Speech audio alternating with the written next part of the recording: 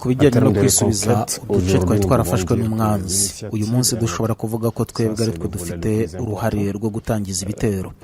Ibi ni ibintu by'ingenzi cyane. Mu myaka myinshi ishize kuva urugamba rwatangira twari turi mu mwanya wo kwirwanaho gusa mu gihe umwanzi we yagenzuraga uko imirwano igenda. Ariko ibi bintu byarahindutse. Twebwe nitwe twafashe iya mbere mu kugena uko ibikorwa bya gisirikare bigenda. Ibi ni ingenzi cyane kugira ngo bigerweho. Byasabye imbaraga nyinshi, gushaka abasirikare bashya, kubaha ibikoresho bihagije, ariko cyane cyane kubahugura neza. Uyu munsi ku rwego mpuzamahanga ingabo zacu ntizizwi neza kandi nta muntu uzigenzura. Twavuye mu buryo bwo guhora twigishwa n'ibindi bihugu cyangwa se tukagenerwa gahunda n'amayeri y'urugamba n'abandi. Ubu twebwe ubwacu nitwe dushyiraho gahunda y'amahugurwa dukurikije ibyo twigira ku rugamba. N'abanyaburkina Faso ubwabo bategura gahunda yo guhugura abasirikare bakurikije ibyo babona ku rugamba. Ibi bituma ingabo zacu zigira ubushobozi bwo kugera ku ntsinzi zikomeye.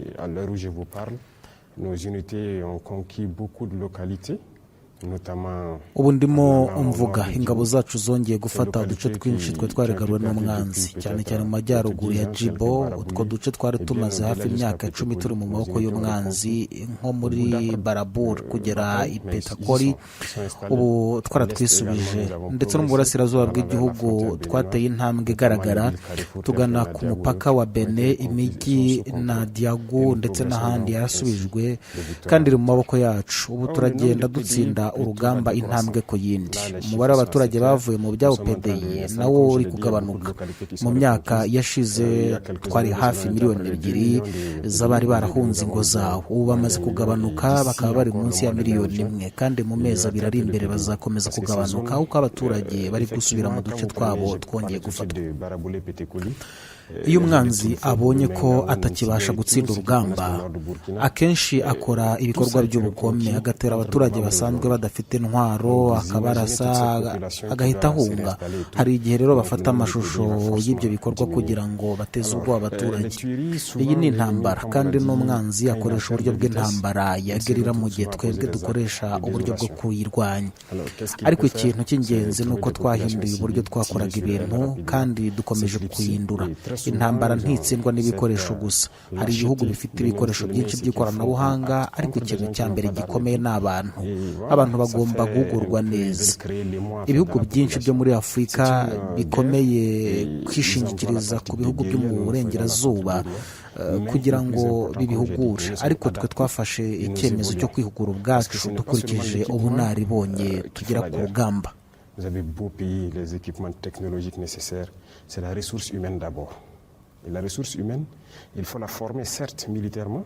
Et vous voyez que beaucoup de pays africains passent le temps à se faire former par les pays occidentaux et tout. Alors, nous, notre philosophie est la suivante. Ibi bituma abasirikare bacu bagira umutima wo kurwana, kwihangana no kudacika intege. Iyo ubuhanga, ibikoresho n'abantu babihuguriwe bihujwe, nibwo haboneka intsinzi ku rugamba. Il faut que les États occidentaux viennent les former. Nous, nous avons mis fin à cela. Nous nous formons nous-mêmes à l'art de la guerre en fonction de nos expériences. Et ça forge l'état d'esprit de la ressource humaine. Twashoboye kwinjira muri utwo duce kandi ubu turahari. Utwo turere twari twaramaze igihe kirenga imyaka 10 turi mu maboko y'umwanzi. Nta n'ingabo z'igihugu zari zarigeze zishinga ibirindiro byazo muri ayo mazone. Ariko ubu turakomeza kugenda dutera imbere kugeza ku mipaka y'igihugu cyacu, nk'uko nabivuze, haba mu majyaruguru cyangwa mu burasirazuba. Hafi hose turagenda dusubirana uduce twari twarigaruriwe n'umwanzi. Iyo umwanzi atagifite aho yisanzura cyangwa aho yihisha, biba bigoye cyane ko akomeza kurwana. Mu mezi ari imbere hari indi ntambwe ikomeza aterwa: gufunga burundu inzira zose zishobora gukoreshwa n'umwanzi kugira ngo yinjire mu gihugu mu ibanga, kuko kenshi nibyo bakora. Nubwo twaba twigaruriye agace, bashobora gushaka inzira yo kwinjira bucece, bagatera ibisasu mu mihanda cyangwa bakinjira ari babiri bagatera inyuma bagahungabanya abaturage. Ariko turateganya gufunga izo nzira zose, tuzakoresha uburyo bwose bukenewe kandi ibi bizagera ku musozo. Ku bijyanye n'ibyemezo bifatwa, nta cyemezo na kimwe gishobora kunyura abantu bose ku isi. Iyo uyoboye ikigo cyangwa itsinda iryo ari ryo ryose, ni gake cyane ko icyo cyemezo gifatwa gishyigikirwa n'abantu bose. Mais surtout de manœuvres, parce qu'ils ont des missions spécifiques qui leur sont confiées dans la mission globale des différentes armées. Voilà pourquoi on l'a érigé en rang d'armée. L'albinos noir. Hari abashobora kutanyurwa n'ibyemezo bimwe, ariko ni ibisanzwe. Abantu ntibatekereza kimwe kandi ubushobozi bwo kumva no gusesengura ibintu buratandukanye. Ariko ikintu kimwe kiragaragara, turi mu ntambara. Iyo hari abasirikare bagaragaje ubutwari budasanzwe bagakora ibirenze ibyo basabwe mu nshingano zabo, birakwiye ko bashimirwa kandi bakazamurwa mu ntera. Ceux qui pourront rapidement se joindre pour qu'on puisse se protéger, tuer les loups pour utiliser les peaux et se protéger, couper le bois mort pour faire du feu ou ériger les collines qui vont stopper le vent. Ceux qui pourront le comprendre le comprendront. Mais l'hiver est déjà là. Le vent a commencé à souffler et si, je dis bien si nous continuons dans ce comportement, nous, chefs d'État, rien ne peut l'empêcher. Je peux dire que le rythme auquel nous avançons actuellement depuis novembre, je peux vous rassurer qu'à ce rythme, on n'est pas trop loin. Parce que le plus important pour nous, c'était de changer totalement la manœuvre, d'éviter de faire ce qu'on avait l'habitude de faire depuis 8 ans, 10 ans. Parce que ces opérations ponctuelles, ces mêmes types de bases et tout, nous avons développé autre chose, un autre outil. Et quand nous l'avons testé, il est performant. Ce qui nous permet de partir dans des zones qui étaient comme des zones sanctuaires. J'aime parler en haut de Djibo. Vous voyez que cette zone était comme leur territoire. Personne ne pouvait s'y aventurer et tout. Mais aujourd'hui, nos unités ont percé et se sont installées. Et devinez, il y a des zones, quand ils sont arrivés, ce sont carrément des camps d'entraînement qu'ils ont trouvés. Bien construits, mieux construits, et vous avez trouvé des parcours d'obstacles mieux construits que dans nos centres de formation. Imaginez, ils se sont installés, ils ont importé tout le fer, le ciment et tout le nécessaire pour construire des bases d'entraînement. Ça, on était quand même surpris. Ça veut dire qu'ils se sentaient sur leur territoire. Mais nous avons percé, nous y sommes. Ces territoires sont perdus parce qu'ils étaient sous leur contrôle depuis plus de 10 ans. Les zones complètes dépolies. Personne n'avait, d'ailleurs l'armée ne s'était jamais installée là-bas. Et donc nous continuons jusqu'aux limites de nos frontières. Et c'est ce que je dis, que ce soit au nord ou à l'est, un peu partout, nous sommes en train de repartir. Et une fois qu'ils n'ont pas de terrain de manœuvre, de sanctuarisation, ça devient difficile. Mais maintenant, il y a une phase importante qui doit venir dans quelques mois, pour fermer totalement toutes les brèches pour empêcher les infiltrations. Parce que souvent c'est ça, nous pouvons nous installer, mais ils peuvent trouver le moyen de s'infiltrer, soit poser des UED, ou s'infiltrer par petits binômes, venir tuer à l'arrière, créer donc ces événements d'émotion et tout. Mais nous allons fermer toutes les brèches, ça on prendra les moyens qu'il faut, mais ça va finir. Non, dégracement. Il n'y a aucune décision dans ce monde qui peut faire l'unanimité. Un soir, si vous dirigez une structure, aussi petite soit-elle, comprenez que c'est rare d'avoir une décision unanime. Donc ça, c'est sûr que des gens peuvent être frustrés ou quoi. Deuxième chose, les êtres humains sont ce qu'ils sont. Tout le monde ne voit jamais dans la même direction. Parce que nous n'avons pas les mêmes capacités de comprendre les choses, même capacité d'analyser et tout. Ça fait partie. Mais une chose est sûre, nous sommes en guerre. S'il y a des gens qui se distinguent par leur capacité à aller au-delà de leur mission, il va de soi qu'on les récompense. Il n'y avait pas ça dans l'armée, nous avons modifié les statuts et tout, et nous avons introduit cela. Et donc, nous demandons aux différents commandants d'unité qui sont sur le terrain avec leurs hommes. Il y a des hommes qui posent des actes de bravoure, des actes exceptionnels qui vont au-delà de leur mission. Et de motiver ça par des rapports. Et donc la hiérarchie a une commission qui siège, qui regarde et qui décide maintenant de quels sont ceux-là. Par exemple, on prend un soldat qui, au cours d'un combat, son travail, ce n'est pas de diriger un groupe ou quelque chose. Parce que c'est le sergent qui peut avoir un groupe de combat qui mbere ibyo ntibyabagaho mu ngabo zacu ariko twahinduye amategeko maze tubishyiramo abayobozi b'imitwe y'ingabo bari ku rugamba basabwa kumenya abasirikare bagaragaje ubutwari budasanzwe bakabitangaza muri raporo. Urugero, ushobora gutanga umusirikare usanzwe mu gihe cy'urugamba yisanze agomba kuyobora itsinda ry'abarwanyi kandi akabasha kubakura mu bihe bikomeye. Uwo musirikare baragaragaje ubushobozi bwo kuba umuyobozi bityo akwiye kuzamurwa mu ntera nk'iy'umusereja.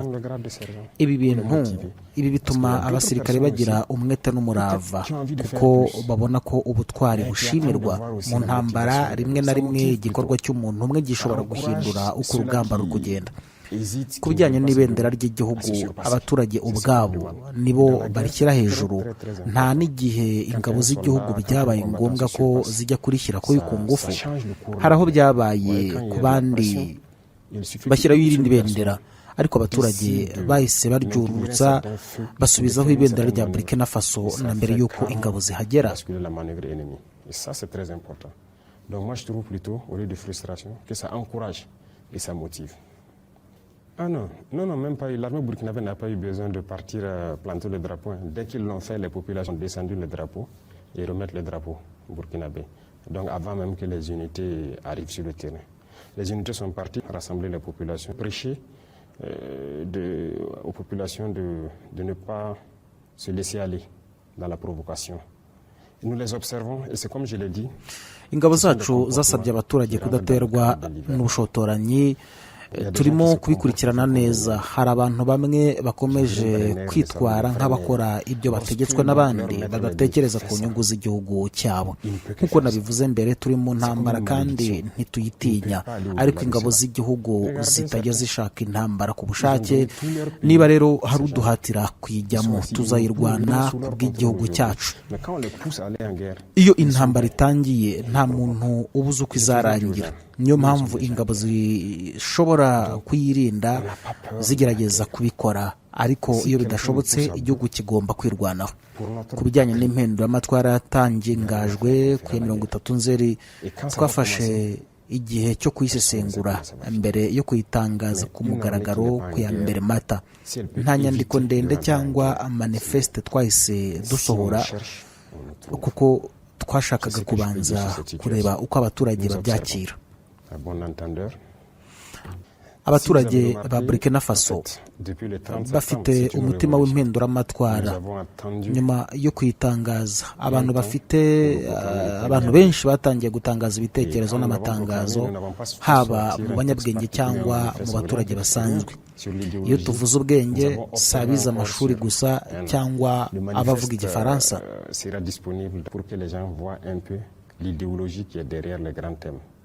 Mais déjà, c'était pour observer. Comme je l'ai dit, le peuple burkinabé est intrinsèquement révolutionnaire. Dès qu'on l'a proclamé, il y a eu beaucoup d'initiatives. Beaucoup de gens, qu'ils soient intellectuels ou pas, parce que quand on dit intellectuel, ce n'est pas forcément ceux qui ont fait l'école. Voilà, ce n'est pas ceux qui parlent le français. Les intellectuels sont dans toutes les couches sociales.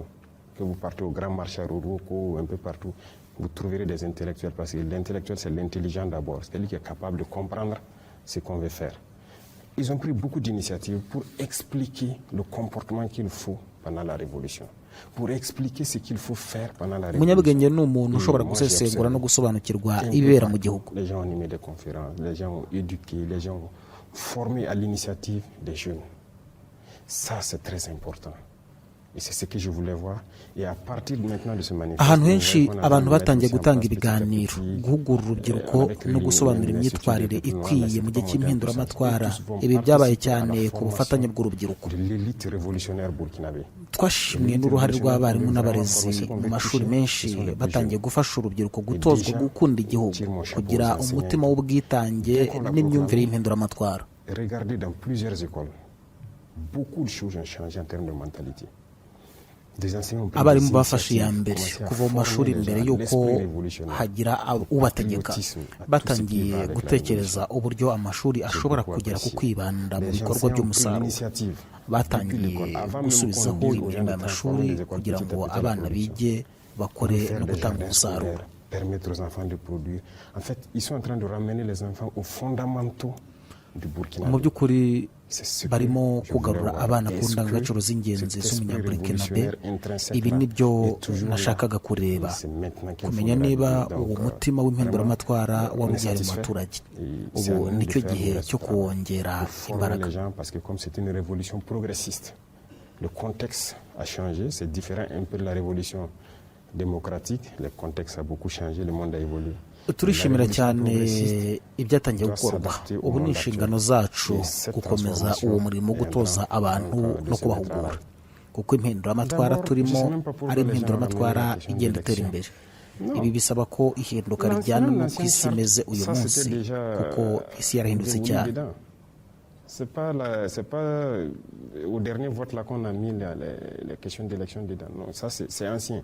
Les gens ont ramené ça. Ku bijyanye n'ibibazo by'amatora, sinzi impamvu abantu benshi bagarutse kuri icyo kibazo. No mu nyandiko zashyizweho mbere, ikibazo cy'amatora cyari gisanzwe kirimo, ntabwo ari igitekerezo gishya. Ariko kuri twebwe dushyize imbere ikibazo cy'amatora, dufite ibibazo bikomeye igihugu kigomba gukemura, kandi nibyo twibanzeho. Niyo mpamvu abantu bagomba kubanza kwibagirwa ikibazo cyo gukurikiza uburyo bwa demokarasi nk'uko bugaragara n'ibihugu bimwe na bimwe byo hanze. Uburyo bwa demokarasi batwereka ntibudushishikaje. Twifuza gushaka uburyo bwacu bw'imiyoborere ku bijyanye n'umuco wacu n'inyungu z'igihugu cyacu. Iyo urebye ibihugu bimwe, urugero nka Libya, mbere byari bifite amahoro n'imibereho myiza, amazi yari ubuntu, abaturage bagafashwa mu mibereho yabo. Ariko nyuma yo kwinjiramo kw'abanyamahanga bavuga yuko bashaka gushyiraho demokarasi, igihugu cyahindutse icy'imvururu n'ubukene. Niyo mpamvu tuvuga yuko tugomba kwitondera cyane ibyo twigana ku bandi.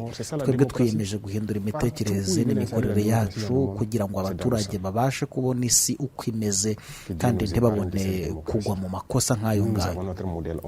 Turi kwibanda ku gusubiza igihugu ku murongo mwiza, kubaka ubundi bushya no guteza imbere impinduramatwara. Nibwo buryo tubona bushobora gutuma igihugu gitera imbere. Ku bijyanye n'ubuyobozi gakondo, ndashaka kubushimira no kubutera inkunga ku guhindura imyumvire y'abantu. Si ibintu byoroshye cyane iyo umuntu yakuriye mu buryo runaka. Mu bihe bishize ubuyobozi gakondo bwagiye bujyanwa cyane mu bya politiki, ariko ubu twafashe icyemezo cyo kubusubizaho mu nshingano zabwo nyakuri mu mibereho y'abaturage, mu muco wacu. Si ibibazo byose bigomba kujya mu nkiko za leta.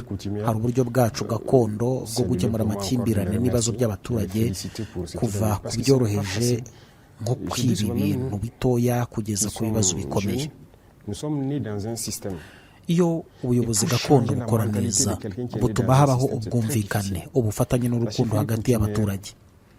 Niyo mpamvu twifuza ko abayobozi gakondo bagira uruhare mu kwigisha urubyiruko indangagaciro z'umuco wacu, bakerekana uko sosiyete yacu yakoraga kera. Un vrai politicien, c'est quelqu'un qui rassemble tous les vices. Menteur, flatteur, quelqu'un qui ne sait jamais, qui sait bien parler, un beau parleur, il déplace les problèmes. C'est ça la politique. Et si vous embarquez la chefferie coutumière dans ça, quelle sera sa valeur? Mais aujourd'hui, nous avons décidé de les détacher totalement de l'esprit politique, de les ramener dans leur rôle. Parce qu'un chef coutumier, en termes de justice, vous avez vu la loi Faso Boukaouré que nous avons fait adopter. La chefferie coutumière est le centre de cette loi. Dans notre société, tout ne part pas devant le juge moderne en fait. Nous avons des mécanismes endogènes, par exemple, de régler nos problèmes sociaux. Que ce soit des problèmes de vol mineur, de je ne sais quoi, jusqu'au meurtre. Ça se règle dans nos sociétés. On veut remettre la chefferie coutumière dans ce rôle-là. Et une fois que vous arrivez à mettre c'est-à-dire créer un espace de justice au sein de votre communauté, vous créez la cohésion sociale, vous créez l'entraide, la solidarité, vous créez donc l'amour entre vos sujets. Et c'est ce qu'on demande.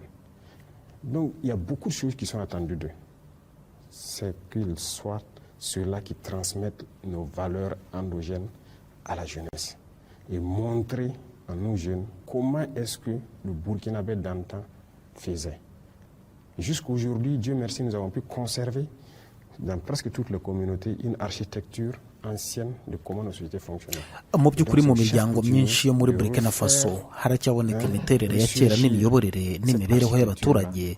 Inshingano z'abayobozi gakondo ni ukongera kugaragaza ayo mahame no kuyahuza n'iterambere rya none. Donc c'est un rôle très complexe qu'on est en train de leur confier. Ku bijyanye n'itegeko rishya rijyanye n'imiryango y'amadini, abantu benshi bararivugaho ariko batari bararyize neza. Hari benshi bavuga kuri iri tegeko batarigeze basoma ibirikubiyemo. Est-ce que les gens ont lu quand il y a une loi? Est-ce que ceux qui parlent de la loi ont lu la loi d'abord? Est-ce qu'ils ont compris la loi? L'Assemblée va convoquer bientôt les iri tegeko rigamije gutunganya imikorere y'imiryango y'amadini no kuyirinda akajagari. Mbere yo kurishyiraho habaye ibiganiro byinshi n'imiryango itandukanye y'abaturage mu gihe kirenga umwaka. Iri tegeko rishyiraho uburyo bwo kugenzura neza abayobozi b'amadini. Urugero, umuntu ntashobora kwita umuyobozi w'idini cyangwa umwigisha w'idini uko yishakiye. Agomba kuba afite icyemezo gitangwa n'urwego rumuyobora cyemeza ko afite ubushobozi bwo gukora izo nshingano. Ça fait plus d'un an de concertation avec la communauté. Et donc, il y a un certain nombre de réformes à l'intérieur, mais surtout d'organisation. Et je pense que c'est une loi qui protège plus les religions. Iri tegeko rituma abayobozi b'amadini bagira agaciro n'ububasha mu kuyobora imiryango yabo, aho kugira ngo habeho akajagari. Mbere byarashobokaga ko umuntu abyuka agashinga umusigiti, urusengero cyangwa insengero z'ubwoko bwose, agatangira kubwiriza ibyo ashaka nta kugenzura. Quand vous prenez au niveau donc des catholiques, il y a une fêtière. Au niveau des coutumiers, il y a des fêtières. Au niveau des musulmans, il y a des fêtières. Et c'est cette fêtière qui doit normalement organiser la vie dans la communauté. Quelqu'un, par exemple, ne peut pas se lever, se donner des titres et se mettre à prêcher ce qu'il veut. Si, par exemple, vous devrez être un imam ou bien être un leader religieux qui doit icyo twashatse gukora ni ugutunganya no gushyira ibintu ku murongo kugira ngo buri dini riyoborwe neza n'inzego zarwo zikuru, bityo ayo mashyirahamwe makuru akabasha kugena uburyo ibikorwa by'idini bikorwa mu murongo uhamye. Au leader religieux, au lieu que ce soit le désordre qui est installé là. Quelqu'un se lève, il construit sa mosquée, il fait ce qu'il veut. Il construit son temple ou son église là-bas, il fait ce qu'il veut. Donc c'est ce qu'on a essayé de réguler quelque part. En gros, c'est donner du poids aux fêtières, les permettre d'organiser chacun dans sa lignée comment la ku bijyanye na politiki twibaza tuti politiki imaze iki mu guteza imbere Burkina Faso? Mu by'ukuri nta byinshi yakoze, ahubwo hari aho yagejeje igihugu ku macakubiri akomeye. Hari n'aho usanga mu muryango umwe abavandimwe babiri batavuga rumwe kubera yuko bari mu mashyaka atandukanye. En termes de développement, vous savez que la politique c'est comme une entreprise en africain. Ibi ni ibintu biteye impungenge. Mu by'ukuri muri Afurika politiki isa n'ikorwa nk'ubucuruzi. Umuyobozi w'ishyaka ashobora gushaka abantu bazi kuvuga neza no kuyobora abantu, bakajya gushaka inkunga mu bucuruzi n'ishoramari kugira ngo babafashe mu matora. Iyo batsinze amatora, bamwe bahita batangira kwishyura abo babafashije, bakabaha amasoko ya leta cyangwa se bakaborohereza mu misoro n'amahoro. Ibi bituma habaho ruswa n'imiyoborere mibi. Vous pouvez pas les faire payer la douane comme il faut. Vous pouvez pas faire payer les taxes comme il faut parce qu'ils ont besoin d'un retour sur investissement. C'est ça la réalité. Même nous, quand on est arrivé, il y a des opérateurs qui nous ont approchés aussi pour financer. Natwe igihe twageraga ku butegetsi hari abacuruzi batwegereye bashaka kudutera inkunga, ariko twababwiye yuko niba bashaka gutanga amafaranga bayatanga nk'impano ku gihugu akajya mu kigega cya leta. Niyo mpamvu twashyizeho komisiyo yakira inkunga n'impano, ndetse hashyirwaho n'ikigega cyo gufasha ingabo zirwana ku rugamba. Bityo umuntu utanze amafaranga ntashobora kuza nyuma ngo asabe koroherezwa mu misoro cyangwa se mu mahoro y'agasutamo. Abantu bose bagomba kwishyura imisoro n'amahoro uko amategeko abiteganya. Ça marche pas avec moi. Tu vas payer toute la douane, tu vas payer toutes tes taxes comme il faut. Si tu veux faire chanter quelqu'un parce que tu as soutenu ou quoi, ça est au trésor, ça aide les combattants. Donc c'est cette manière de faire la politique et tout. On a mis fin. Ça, il faut une nouvelle idéologie niyo mpamvu twahisemo guhagarika uburyo bwa politiki bwari busanzweho tugashaka kubaka indi myumvire mishya ya politiki ishingiye ku nyungu z'igihugu no ku mahugurwa y'abaturage mbere yo kujya muri politiki. Amashyaka ya politiki yarahagaritswe ariko abantu baracyahari. Icyo tugamije ni ukubaka abantu bashya bafite imyumvire mishya kugira ngo igihugu cyongere kubakwa ku rufatiro rushya. C'est pas des individus qui ont quitté, ce sont les mêmes individus, mais je pense qu'il y a eu un déclic qui permet de repartir sur de nouvelles bases. Donc c'est dissous les partis impérialistes, mais les hommes sont là en train d'être reconstruits à mesure de lancer la machine Burkina Faso. Oh. Alors, c'est pas la première tentative de yo kudirika ku butegetsi si bwo bwa mbere habayeho ibyo kugerageza. Kuva twagera ku buyobozi habayeho imigambi myinshi nk'iyo ngiyo, ariko muri iki gihe twabonye ibimenyetso bikomeye cyane. Hari uwahoze ari umuyobozi wo muri Togo wakomeje kugerageza gutegura imigambi yo kuduhirika ku butegetsi. Mbere twagerageje kuganira n'abayobozi ba Togo kugira ngo bamugire inama, kuko tutashakaga gutangira kumukurikirana nk'uhigo.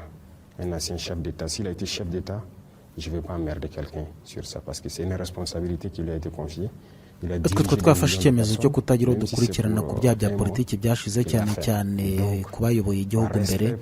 Twashakaga kubaha icyubahiro cy'ikorwa bakoze cyo kuyobora igihugu, ariko nyuma byaje kugaragara yuko hari umugambi ukomeye utegurwa, harimo no gukora imitwe y'iterabwoba, aho bamwe bari bagamije gukora ibikorwa by'ubwicanyi kugira ngo bahungabanye igihugu. Mu by'ukuri hari amagambo yavugaga yuko hagomba gupfa abantu benshi kugira ngo umugambi wabo ugerweho. Ibi ni ibintu bikomeye cyane.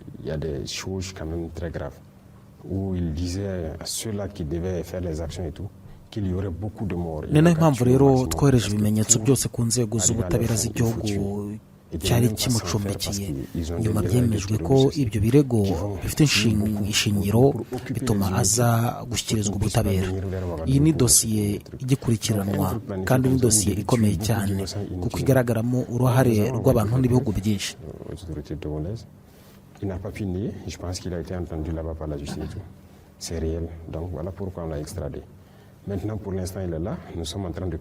Ibyo twabonye byaduhaye amakuru menshi kandi bitwigisha byinshi ku buryo imigambi nk'iyo ngiyo itegurwa. Ça implique beaucoup de pays qu'on n'imagine pas, qui étaient soi-disant amis. Ça implique beaucoup de personnes, beaucoup de personnalités à travers le monde. Et on comprend qu'il y avait une grosse machine en fait. De toute façon, un juge l'a déjà vu. C'est lourd, c'est très lourd. Et nous, ça nous a donné beaucoup d'informations, beaucoup de leçons. La caméra Korak, ce n'est qu'une partie. Ikibazo cya kamera Korakre si cyo kibazo cyonyine. Urugero, hari n'ikibazo cya Tenia, kandi icyo cyari kirimo amafaranga menshi cyane, abantu benshi babikurikiranye mu buryo bweruye. Ariko si cyo kibazo cyonyine kiri gukurikiranwa. Hari n'izindi manza nyinshi ziri gukorwaho iperereza, nubwo zimwe zitamenyekana cyane mu itangazamakuru. Hari n'abantu bakomeye cyane bafashwe, ariko imanza zabo ntabwo ariko zose zibera mu ruhame. Hari naho umuntu wafashwe mu cyaha cyo kunyereza umutungo wa leta yishyura amafaranga yibye akongeraho ibihano by'amafaranga, ibyo bita transaction. Abakozi b'imari nibo babara amafaranga n'ibihano byiyongeraho. Iyo umuntu afashwe yibye rero ashobora gusabwa kwishyura amafaranga yibye n'ibihano, hanyuma n'ibihano by'amategeko bikaba byakurikizwa. Niyo mpamvu hari imanza nyinshi cyane ziri gukurikiranwa mu buryo ubutabera bufite akazi kenshi muri iki gihe. Ariko abantu babona gusa zimwe mu manza zashyizwe ku mugaragaro. Ibyaha bitoya bya ruswa nabyo kandi bishobora guteza ibibazo bikomeye ku baturage.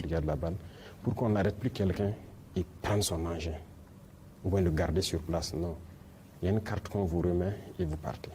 Mais si maintenant un agent refuse de faire cela, quelqu'un qui a son enfant ou bien en tout cas quelqu'un à l'hôpital qui est urugero, umuntu ashobora kuba afite umurwayi mu bitaro agasabwa kujya gushaka umuti byihutirwa, kujya ari mu nzira agahagarikwa n'umukozi runaka w'umutekano.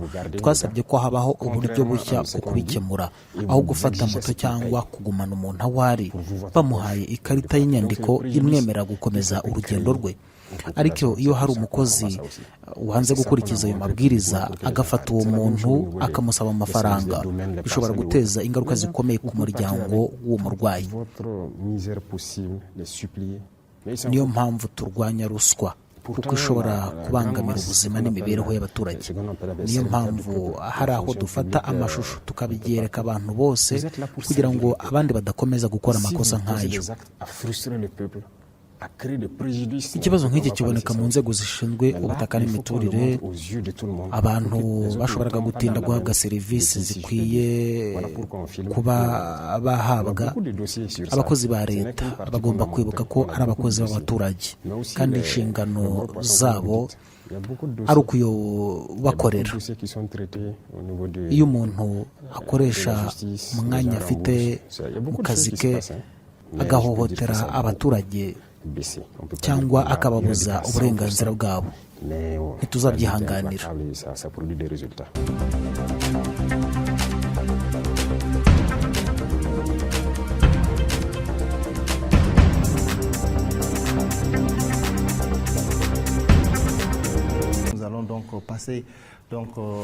Ku bijyanye n'imenyerezwa ry'umutungo rikomeye, hari imanza nyinshi ziri gukurikiranwa n'ubutabera. Hari abantu benshi bagiye basubiza amafaranga yibwe, kandi hari byinshi biri gukorwa. Nubwo tutavuga ko ruswa izacika burundu ku kigero c'100%, urugamba rwo kuyirwanya rurakomeye kandi ruri gutanga umusaruro. Mu 2025 Burkina Faso yigeze ku rwego rwo hejuru mu gukusanya umutungo w'igihugu, aho amafaranga arenga miliyari 300,000 yakusanyijwe n'ubwo igihugu kiri mu bibazo by'umutekano. Ikintu cya mbere cyatumye ibi bishoboka n'abakozi bakora mu rwego rw'imari. Nibo bakoze akazi keza cyane, nubwo leta yashyizeho amavugurura n'amategeko mashya. Ibyo byose ntibishobora kubaho iyo abakozi batabyumva ngo babishyire mu bikorwa. Iyo amategeko ari meza ariko abantu bayashyira mu bikorwa batabyitayeho, bashobora gushaka uburyo bwo kuyarengaho. Ariko muri iki gihe abakozi b'imari bumvise neza akamaro ko gukorera igihugu. Niyo mpamvu bashimirwa cyane. Turakomeza gukora amavugurura kugira ngo amafaranga yinjira mu gihugu yiyongere. Amafaranga niyo adufasha kubaka igihugu, gushyigikira ingabo z'umutekano, guhugura abasirikare, guteza imbere ubukungu. Niyo mpamvu dukomeza gushimira abakozi b'urwego rw'imari, kuko barimo gukora akazi neza cyane cyane ku kurwanya uburiganya n'inyerezwa ry'imisoro. Iyo tutabikora ntitwashoboraga kurinda inganda zacu n'ubukungu bw'igihugu. Umushinga w'umuhanda wa Ouagadougou Bobo nawo urahari, n'umushinga w'ingenzi cyane kuri twe.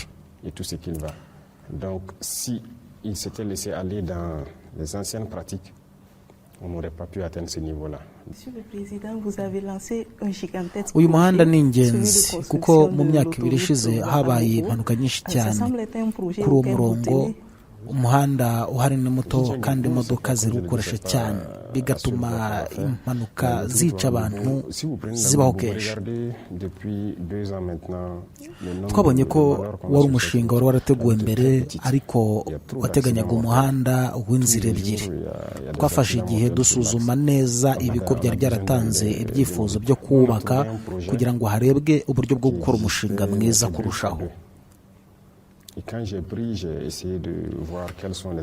Ubwa mbere ibigo byari byaratanze umushinga wo kubaka uwo muhanda byari ibigo by'amahanga. Igiciro cyo kubaka umuhanda wa kilometero hafi 300 ufite 2 ku ruhande rumwe n'izindi 2 ku rundi ruhande cyari kigeze hafi kuri miliyari 132 z'amafaranga. Ariko nabonye ko umushinga wa 2 kuri 2 utaruhagije. Iyo ku muhanda nk'uwo hari ikamyo ifiriyeho igahagarara, ibifunze inzira igice kinini cy'umuhanda. Urebye ubwinshi bw'imodoka zinyura muri uwo muhanda w'igihugu, uwo mubare w'inzira wari wararenze igihe. Niyo mpamvu rero nasabye ko hakubaka umuhanda w'inzira 4 kuri buri ruhande. nk'uko nsanzwe mbivuga, hari ikibazo dukunda kugira. Umuntu w'umwirabura rimwe na rimwe ntiyizera ubushobozi bwe. Igihe navugaga uwo mushinga wa kane kuri kabiri, hari n'abakozi bamwe muri minisiteri babonye ko bidashoboka, bamwe barabaseka, ariko twafashe icyemezo cyo kuwushyira mu bikorwa uwo mushinga. Twahise dutangira gushyigikira sosiyete ya Fasomebo kugira ngo igure ibikoresho byose bikenewe. Uyu munsi bafite imashini zose zikenewe mu kubaka umuhanda, izo gukora imirimo y'ibanze y'umuhanda, izo gukora kaburimbo, ndetse n'imashini zo kumenagura amabuye ya granite mu birombe. Ibi bituma igihugu kigira ubushobozi bwo kwiyubakira imihanda yacyo kitishingikirije ku bandi. On va s'équiper sérieusement, faire un bond qualitatif en 5 ans. L'or est une valeur refuge, comme on aime le dire, avec les devises qui ne sont pas stables et tout. Tout le monde est en train de chercher l'or pour faire une réserve, parce qu'on ne sait jamais. Vous savez, nous, on a connu une petite période en 2023 où on a voulu nous bloquer sur tout. Quand on a voulu payer des drones, nos transactions ne passaient pas. On a cherché des voies et moyens. Nyuma y'uyu muhanda hari indi mihanda myinshi iteganyijwe kubakwa. Intego ni uko imijyi yose ikomeye y'uturere muri Burkina Faso ihozwa n'imihanda minini yihuta, autoroute, ndetse n'imihanda yose isohoka mu gihugu igomba kuba imihanda minini yihuta, kuko umuhanda ari ingenzi cyane ku bukungu ndetse no ku bikorwa by'ingabo z'umutekano. Ukurikije igenamigambi ryakozwe, Burkina Faso ishobora kuzagira umubano w'imihanda yihuta myinshi kurusha ibindi bihugu byinshi bya Afurika. Turateganya no kugera kuri brigade zubaka imihanda myinshi. Izo twabonye kugeza ubu ngubu ntiziragera no kuri 40% by'ibikoresho byose byitezwe. Intego ni uko mu gihe cy'imyaka 5 gusa igihugu kizaba cyageze ku rwego rushya mu bijyanye n'ibikorwa remezo.